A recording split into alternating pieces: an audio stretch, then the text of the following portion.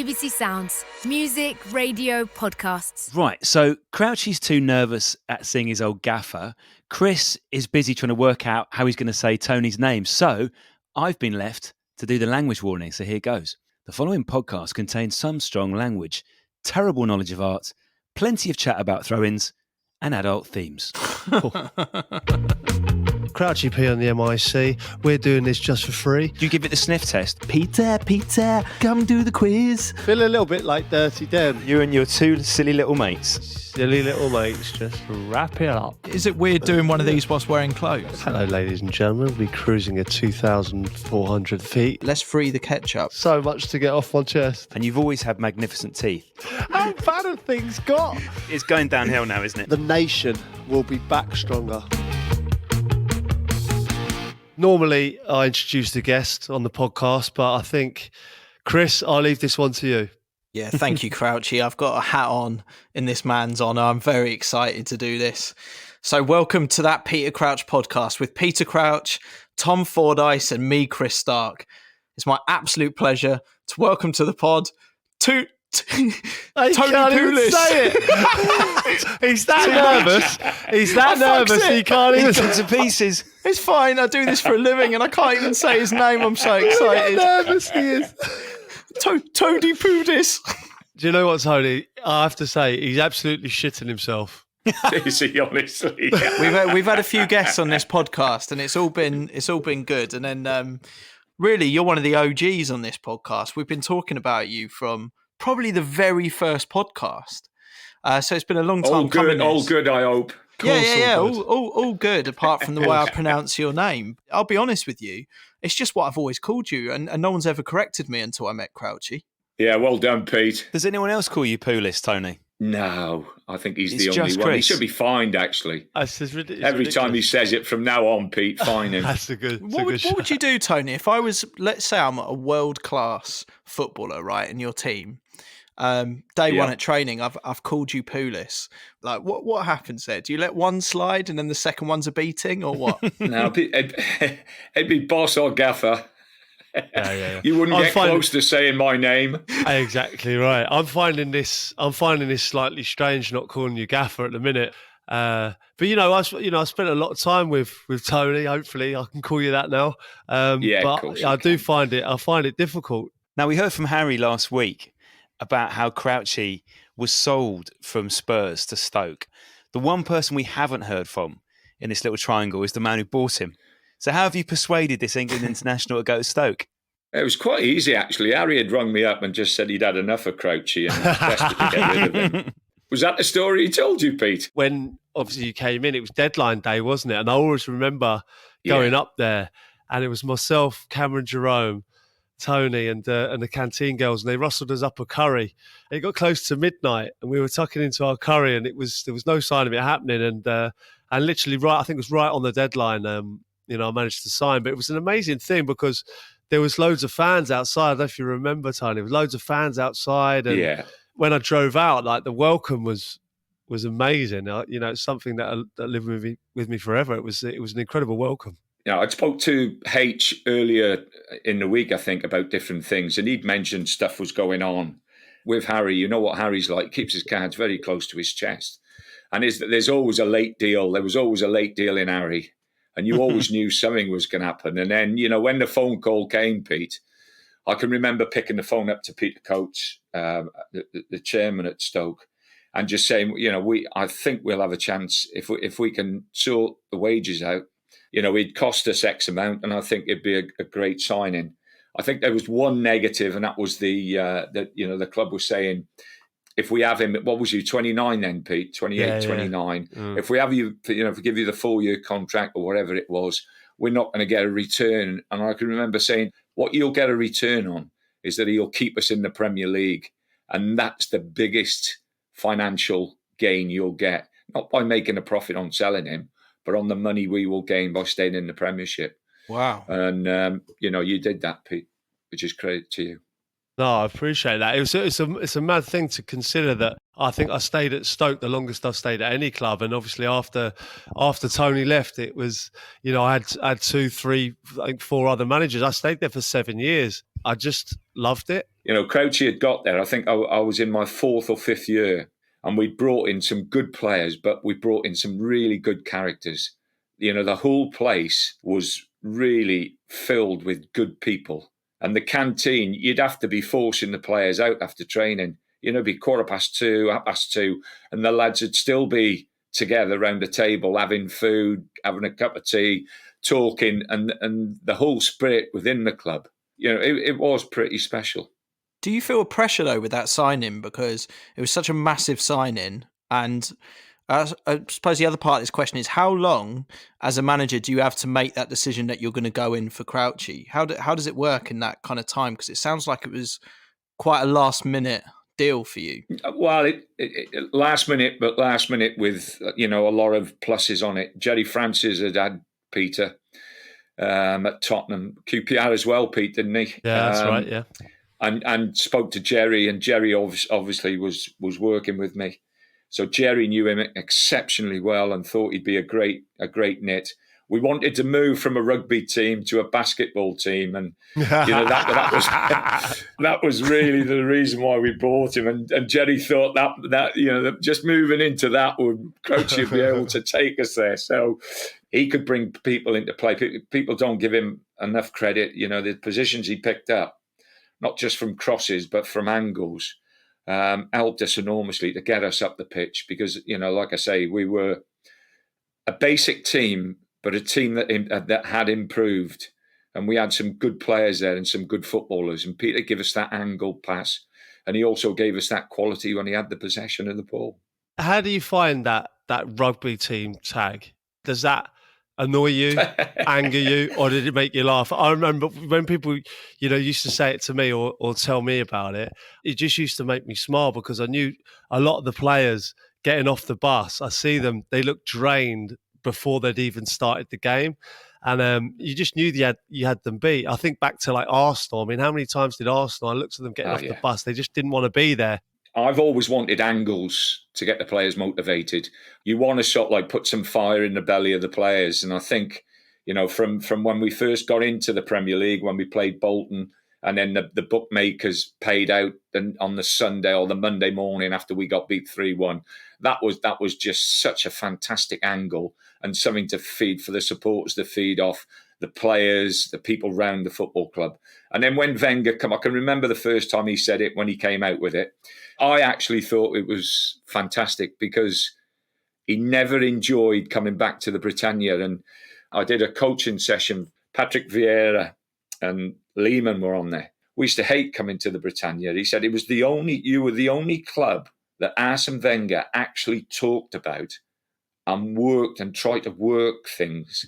We just couldn't beat you. And he said, I'll never forget the cup game. He said, we turned up for the cup game and we'd worked for 2 days on defending a long throw, and Rory was sub, and you still beat us 3-1. You were in Arsene's head though. That's the thing. You were living in his head. You clearly were rattling him a bit. He came the one year and complained about the grass being too long. So I think he'd wrote a letter to the FA saying that, and they did it in the end, that the grass had to be at a certain level. And the referees and the linesmen used to have to come and measure the grass. And I know he talked about banning throw-ins and saying that throw-ins shouldn't be allowed. It's football. Why should players be picking the ball up? The game is about football. He tried to ban throw-ins. Yeah, and that was, it was just all music, Peter, wasn't it, to us as a group of players? Yeah, listen, we had good players in that dressing room and we could play, but we just tried everything to unsettle them. And, that's the way you get an edge. And I think we could have unsettled anyone. If we'd have played against some of the best teams in the world, listen, I'm not saying we're going to beat the best teams in the world, but we'd unsettle them and I think we'd cause them a problem. One of the legendary stories that does the rounds for me, and I'd love it if you confirm or deny that it happened. And as soon as I say his name, you're going to know. So I'm looking at your face. And it's James Beattie away at Arsenal and played shit. And you're not happy. And have then cancelled the Christmas party. Don't know if this is true. No, that's all wrong.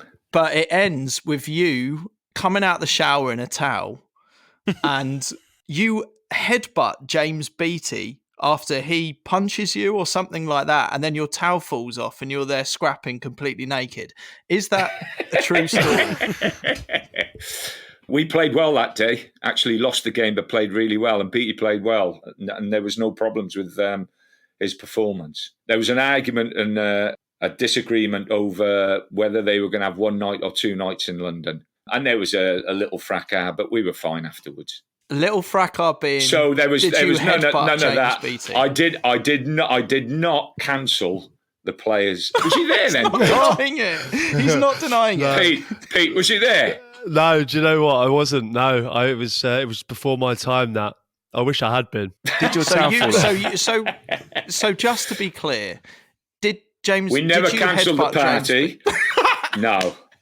We didn't cancel the party, and we certainly didn't. I didn't have the ump with Beattie because he played badly. Did the towel fall off? The argument was in the shower, innit? Didn't have a towel on. It got all steamy in the shower. Crouch has done the robot again because it's 100 Premier League goals for Peter Crouch. That Peter Crouch podcast from BBC 5 Live. Tony, there's something while you're here you've got to hear about. So we have been trying to build this Roy Keane gallery. I'm going to talk you through one of them. This should explain it. We've had an email from Lewis.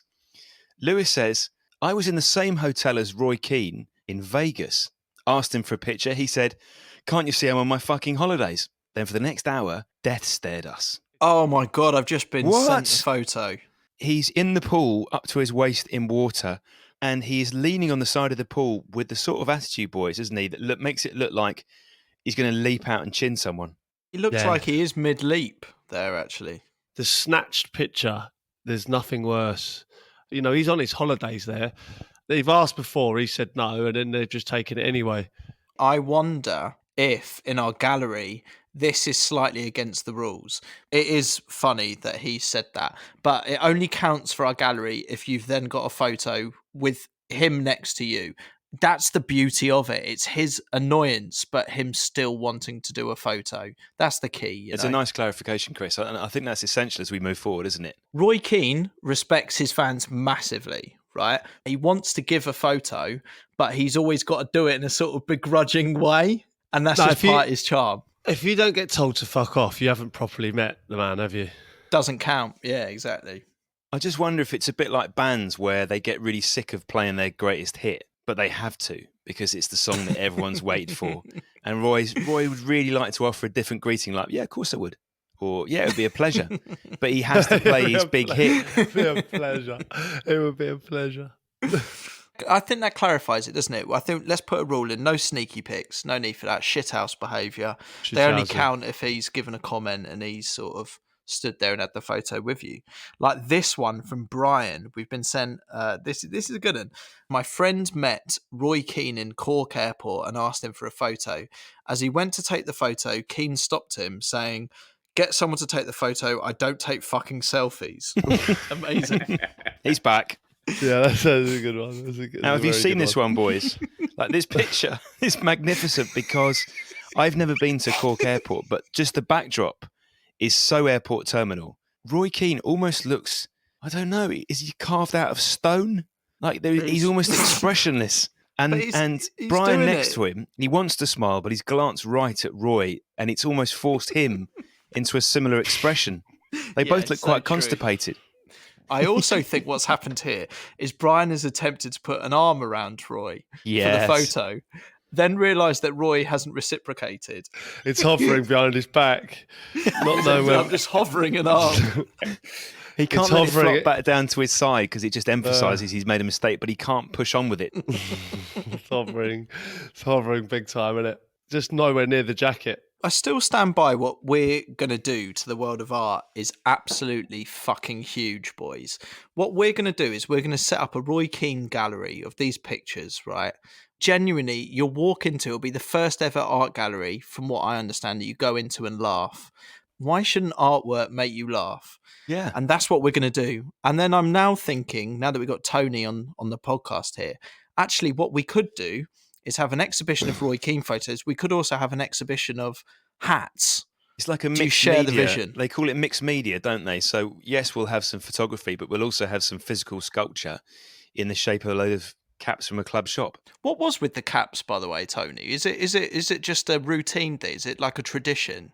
Yeah, I think I started it at Priestfield. With the And Gills. we got promoted, at the Gills, and we got promoted that year. And then the following year, it was on and off. And I think we finished mid-table or whatever. And I decided then the following year I would just get a baseball cap and use the baseball cap all the time. And with me being so lucky at losing my hair really, really early in my time, it kept me warm as well. Going up north, in the old third division, it did look after me. Did you ever think about changing it and going suit manager? Nah, Pete. As soon as the game kicks off, I'm oblivious to everything. It's an amazing thing, and I'll come home. I've come home and Debs has said, "Have you seen yourself on the TV jumping about?" Honestly, Pete, I didn't even realise I was doing it. You get so wrapped up. And your enthusiasm for the game and everything else, and I just feel as though I got to be there, close to the team. They're my team, they're my players, it's my group. I've always said I'll never ever be away from it, just in case. If we go back on topic, though, for me personally, I walk into a gallery and go, "Yeah, that's a competent painter, right?" But there's enough competent painters. I give no emotion to the Mona Lisa. It gives me nothing. I feel like art needs to move on a little bit. I think Totally agree. It's become stuck in its ways, and I think it's very serious. It's arrogant. It's arrogant. It's bordering on arrogance. And I think if you can walk into an art gallery and laugh and be entertained rather than pretend you're interested because it makes you look clever. Like, for some people, great that you can get a boner about a Monet. But what I'm saying is, like, there's stuff that I like, like there's you can see amazing, the Sistine Chapel, awesome. Yeah, but that's a whole ceiling, mate. If a builder came and painted the whole of the ceiling here, I'd look up at that and go, they have done a fucking amazing job. Do you know what I mean? Like, amazing. Is it genius? No, it's not. In my opinion, it's a good paint job. It's a really, really, really good paint job. I know what you mean, though. I had an experience once where I was in Amsterdam for the weekend. But so what we did on the Sunday, we thought we should better ourselves, and we went to the Van Gogh Museum. And you get there, and you can't get near the picture because of the number of tourists. You actually know the picture better before you get there because you've seen it properly. I had this moment where I thought, do I want to be in the Van Gogh Museum? The true part of me said no. I went to a pub and I watched the first leg of Birmingham City against Preston North End in the First Division playoff semi-finals. Good for you. Far more enriching, in my opinion, my personal opinion. I'd like to be, more clued up on art, and it's not me dumbing down, and I'm not like trying to go, ooh, lads. There's some things that I appreciate, and there's some things that I really don't. But I think if we get this gallery up and running, I just feel like it will appeal to more people. No, that's a really good point, actually, because I've been a bit flippant there. The 16th Chapel, right, you look at, it is 16th. Incredible. The 16th Chapel, the 14th, 15th. The What did I 16th say? you said the 16th Chapel. Well, what is it? 17th Chapel. Which one is it? No, it's the 16th Chapel, you're right, yeah. Yeah, I look up at that. Hold on. I've never been. Did you call that the 16th Chapel? I did, yeah. What is it? Radio 4 will be all over this. It's only ever known as the 16th now. It's changed. The name's been changed. Michelangelo's 16th Chapel. Can you imagine what number one looked like? Fucking terrible. It's one of those ones where you do a flower made out of thumbprints. We done? Number Can we one discuss was art? dog shit. 16. Can we discuss art Spot on. now? So, what I'm saying is, it's a beautiful job, right? It took him fucking 16 goes. It better have be. What is it called then? What level with me? What is it called? Don't tell him, mate. It's just better. That Peter Crouch podcast from BBC 5 Live. There's someone we got to talk about, Tony, in particular. Of all the players you signed, that's Rory Delap. The only time we found out that Rory could throw the ball, the lads are having a competition. Rory picks this ball up and throws it to the back post. I don't think, like I say, I've never seen anything like it. But he didn't just throw it. He threw it flat. It was just flat. Unbelievable. What's Rory done there?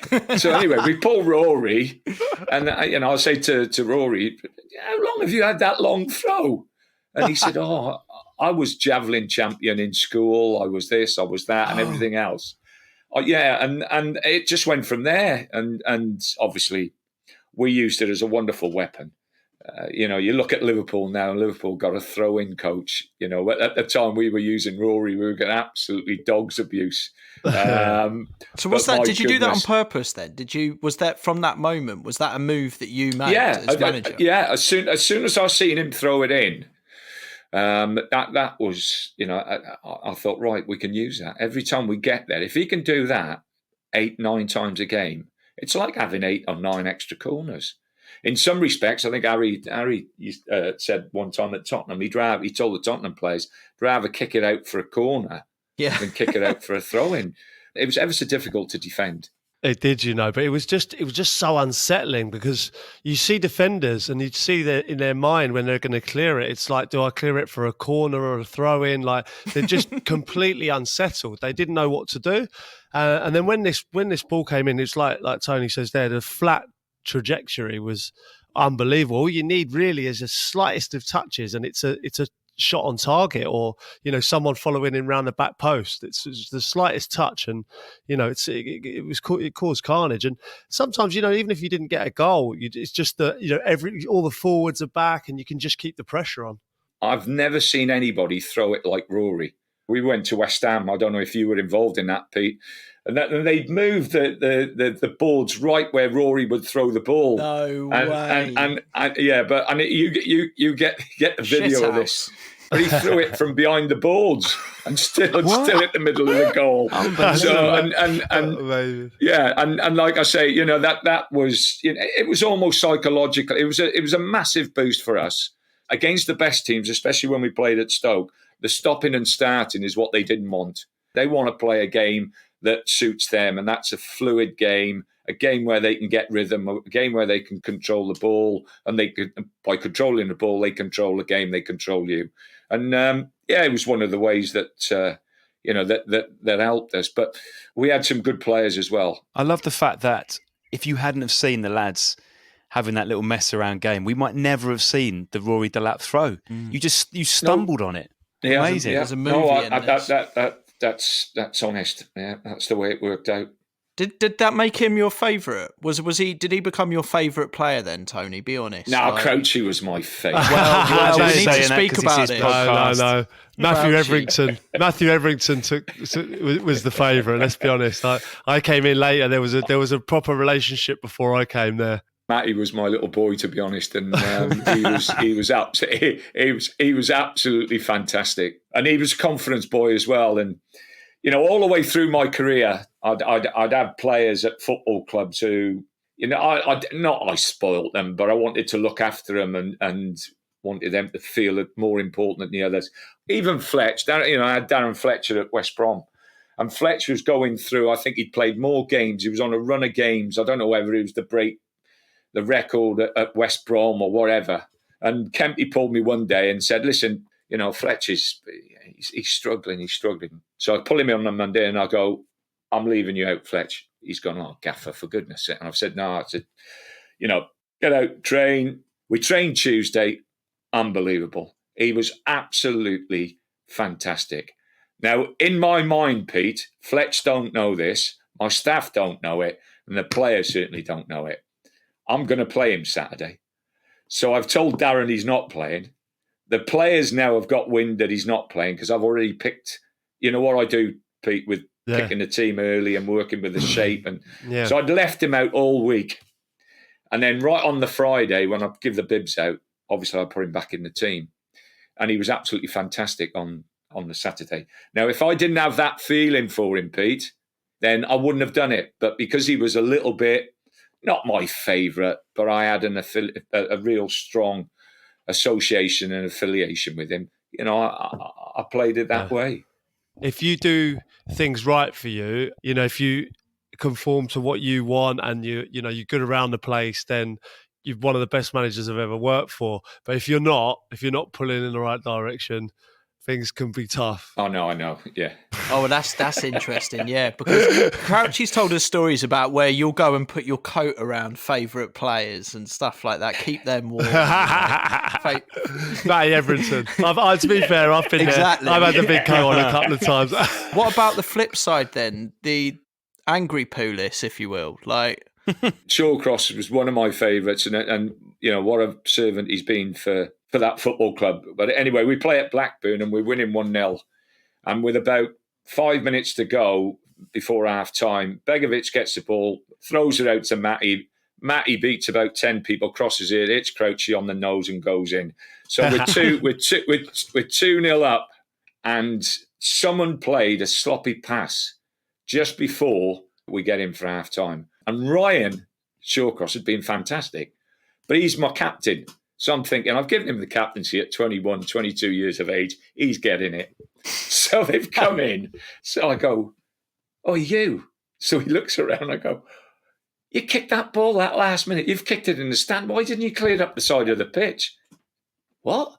And I have absolutely torn him to bits. Anyway, we go into the players go out, and I'm thinking, I've livened them up. And I give them the big drum roll before they go out. The first 10 minutes of this second half, if we start sloppy, we are going to have a game on our hands. And as I go in to have a quick toilet before I go back on the pitch, Jonathan's Woodgate, and he turns to me, he goes, Gaffer, whatever you do, don't put me on. I said, what do you mean, Jonathan? He said, well, I can't play better than what Ryan has. And I said, Jonathan, I'm only playing, mate. I'm trying to get a reaction from the players. And you talk about Woody. Woody was, we go to Wolves. And Jonathan had played for Tottenham. I love this story. Newcastle. You know what I'm going to say. I know exactly what you're going to say. Playing Real Madrid. You know, he's been a fancy Dan all his life, and you know, lovely hair, flop back hair, all this stuff. I play him right back at Wolves, early season, boiling hot. After 5 minutes, he's booked. He's playing against Matt Jarvis. After 6 minutes, he should give a penalty away. The referee's bottled it, but he's brought Jarvis down in the box. After 7 minutes, I've brought him off. So as he comes jogging across, I go across to him and he comes to me, he goes, Gaffer, I'm gutted, but what a great decision. Just sat down. And I'm thinking I was going to get a reaction off him, Pete, because he'd been such a big player in his time and everything else. I brought him off after 7 minutes, and he was as honest as the day was long. I always remember that. I've never seen anyone run off as quick as Woody did that day. Here's one for you, Tony. We're talking about managerial skills. What do you say? John Walters, and again, you'll know where this one's going. John Walters, Chelsea, 2013. He has possibly the biggest mare that anyone could ever have. He scores 2 own goals. He misses a penalty. The Chelsea fans are all singing, there's only one John Walters. What do you say to your striker after he's had a game like that? Yeah. John didn't have to worry about having bad games for us. He was such a good player. You know, we're all human and people have good games and bad games. As a professional, as a person in the dressing room and as a lad, you don't get better than Waltz. I played with some great players, but as a partner goes, as up front, there's not many better, you know, because he'd just leave me to do what I needed to do. And like John Walters was a forward when he went forward. He was a centre forward. He'd be in the box for crosses. He'd score goals. Yeah. But then when you defended, he was a midfield player. And I don't think there's anyone I've come across in football that can do those 2 jobs and do them as well as he did. The whole group was a good group.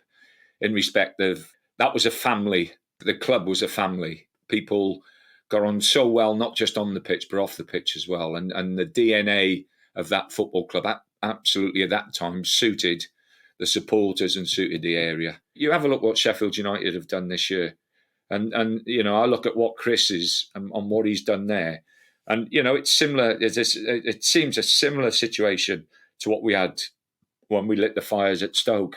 You know, they've got a fantastic group of players.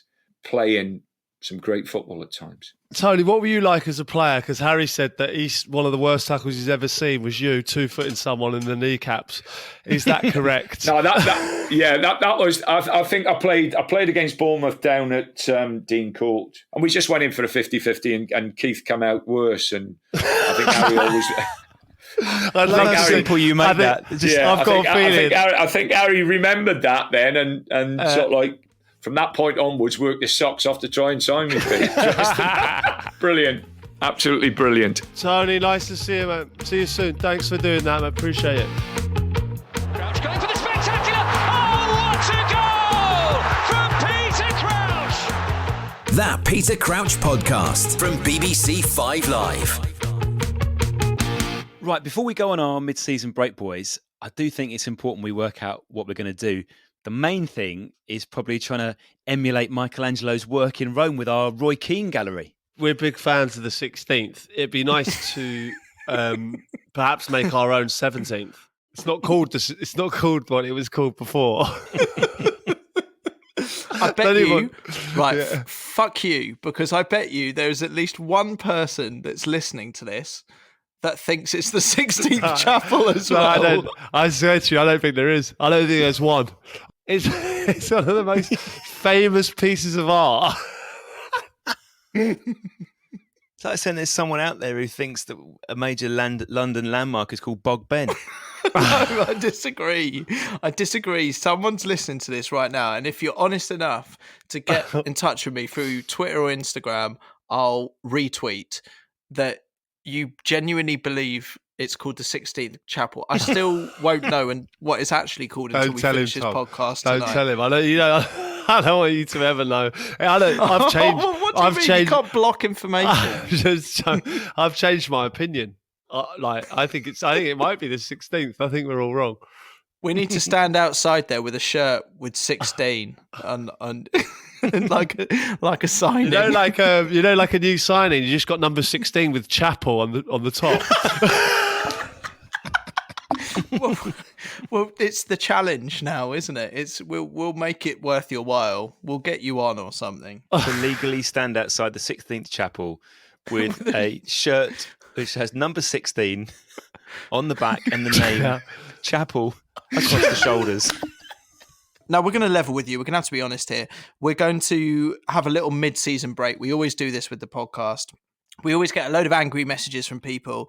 But I hope you understand. We just have a little break halfway through, regroup. We're going to come back much, much stronger. We're back stronger. In the meantime, we will work on this Roy Keane gallery so we can all have something to look forward to in this slightly weird time. Boys, before we go, I got this voicemail earlier. I want you boys to hear it. You have 12 new messages. First new message. Hey Crouchy, I got your number from the Radio 4 contacts book. I'm offering my services up as your Radio 4 mole.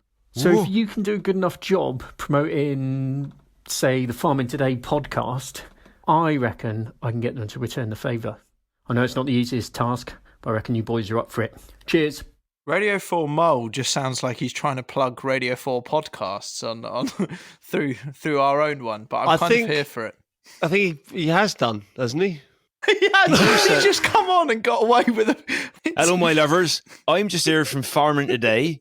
Farming Today, though, is that an actual podcast? Do we delve into what happens at the farm? And is Mike Dean involved? Yeah, it's three people exactly like us. There's a professional ex-farmer who's now retired. He tells you what really goes on in farming.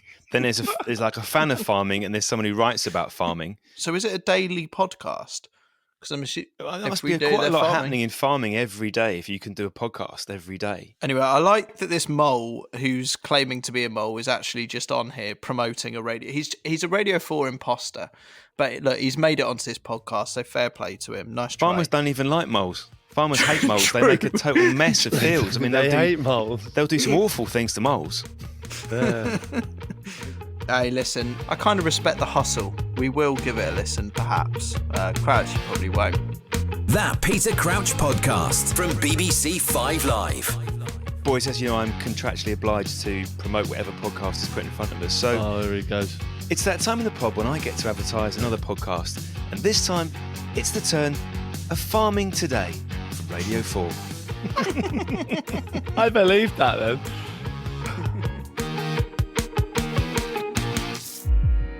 BBC Sounds, music, radio, podcasts.